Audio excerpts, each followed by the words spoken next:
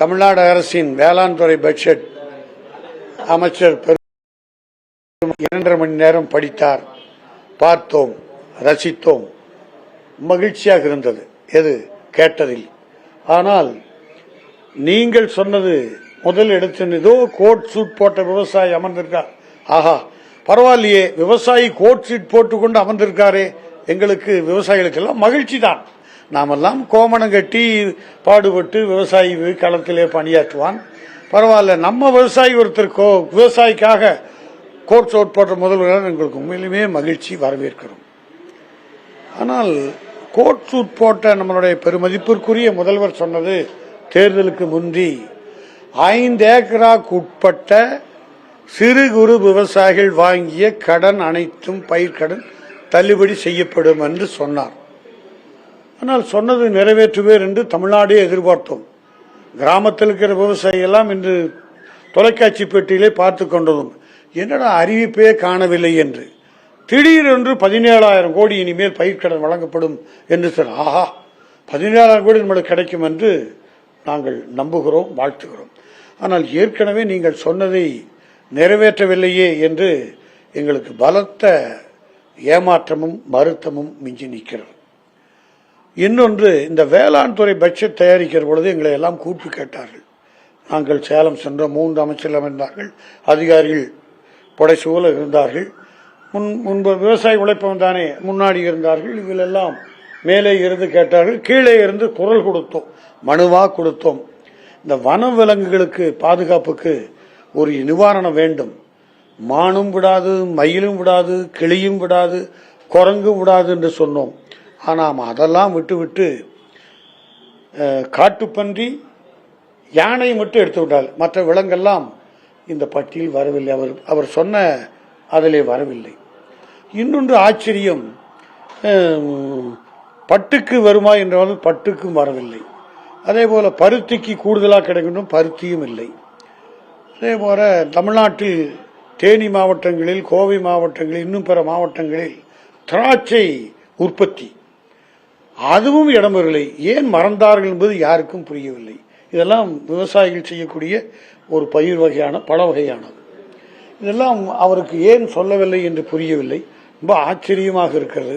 ஆகவேதான் இப்பொழுது நாங்கள் சொல்லுவது, இந்த அதிகாரிகள் விவசாயிகளை உள்ளடக்கிய ஒரு குழுவாக அமைத்து இந்த பட்ஜெட் தயாரித்திருக்க வேண்டும். இதை யாரை திருப்திப்படுத்திருக்க இந்த பட்ஜெட் தயார்? விவசாயிக்கு திருப்தி இல்லை என்பதுதான் யதார்த்தமான உண்மை. ஏதோ இந்த அரசு மீது குற்றம் சொல்வதாக யாரும் வருத்தப்பட வேண்டாம். முதல்வரும் அதை எங்கள் மீது கோபப்படக்கூடாது. நீங்கள் சொன்னீர்கள், நீங்கள் சொன்னது செய்யுங்கள் என்றும். கரும்புக்கும் சரி, தென்னைக்கும் சரி, தென்னை கரும்புக்கு கொஞ்சம் கொஞ்சம் நீங்கள் கொடுத்திருக்கிறீர்கள், அது பாராட்டுக்குரிய விஷயம். புதிய அறிவிப்புகள், நல்ல முறையில் புது அறிவிப்புகள் வந்திருக்கிறது. அந்த அறிவிப்புகள் எல்லாம் எங்களுக்கு மகிழ்ச்சி. ஆனால் நடைமுறைப்படுத்த வேண்டும். இந்த வன விலங்குகளுக்கு 7,000 கோடி என்று, இந்த காட்டுப்பன்றி சேதம் என்றால் 7,000 கோடி எங்கே பதிக்கும்? நான் உங்களுக்கு முன் சொல்லுகிறேன், குழந்தை அம்மா பசி என்று ஓடி வரும். ஆனால் குடுகுடுப்புக்காரர் ஒரு பஞ்சு மிட்டாய் வைத்து குழந்தைகளுக்கு காட்டுவது, அது போல் கலர்கன மிட்டாய் இருக்கும். அதுபோல் அந்த குழந்தைக்கு இந்தா சாப்பிட்டுக்கொள் என்று கொடுப்பது போல் அந்த வனவிலங்கு கொடுத்திருக்கிறார்கள். இதெல்லாம் ஏற்றுக்கொள்ள முடிய செயலாகத்தான் இருக்கவில்லை.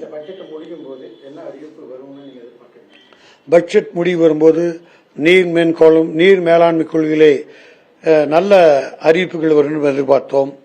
ஆனமரை நல்லார் திட்டம் நிறைவேறும் என்று எதிர்பார்த்தோம். ஒரு 60 ஆண்டு காலம் போராடி கொண்டிருக்கக்கூடிய கொங்கு மண்டல விவசாயிகள் பாண்டியாறு புன்னம்பல திட்டம் ஒரு வரியும் கூட இடம்பெறவில்லை. நாங்கள் சேலத்திலும் சொன்னோம், தொடர்ந்து வலியுறுத்துவோம், நாளையும் சொல்லுவோம், நாளை மறுநாளும் சொல்லுவோம். கோரிக்கை நிறைவேறும் வரைக்கும் எங்கள் போராட்ட குரல் ஓயாது, ஒலித்துக் கொண்டே இருக்கு. அது தெருவுக்கு வரும். ஜனங்களும் விவசாயிகளும் தெருவிலே கொண்டு வந்து நிறுத்தி உங்களுக்கு கோரிக்கை வைப்போம்.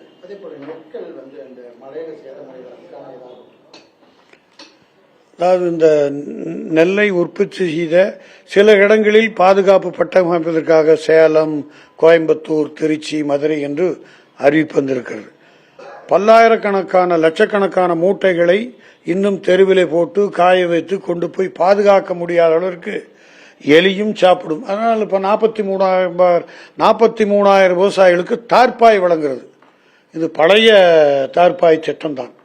ஆனால் இவர்களுக்கு ஏன் இந்த யோசனையை சொல்லவில்லை இந்த அதிகாரிகள்? அல்லது விவசாயிகள் சொல்லினால் கேட்டிருக்கலாம். விவசாயி சொல்லலையும் கேட்கவில்லை, அதிகாரிகள் முழுமையாக உண்மையும் சொல்லவில்லை.